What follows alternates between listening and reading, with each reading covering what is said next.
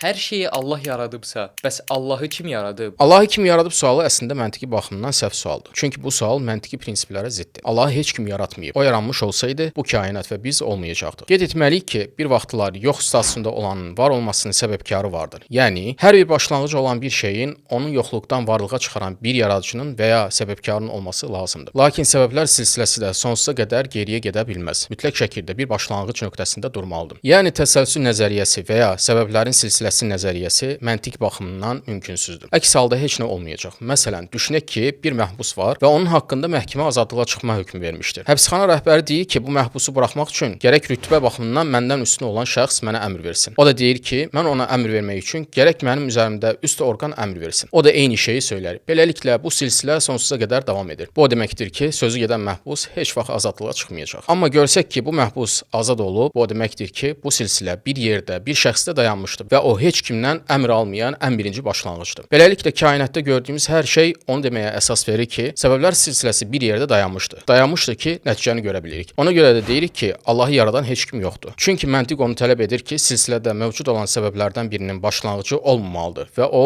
əvvəli olmayan əzəli bir qüvvə olmalıdır. Biz bu varlığa Allah deyirik.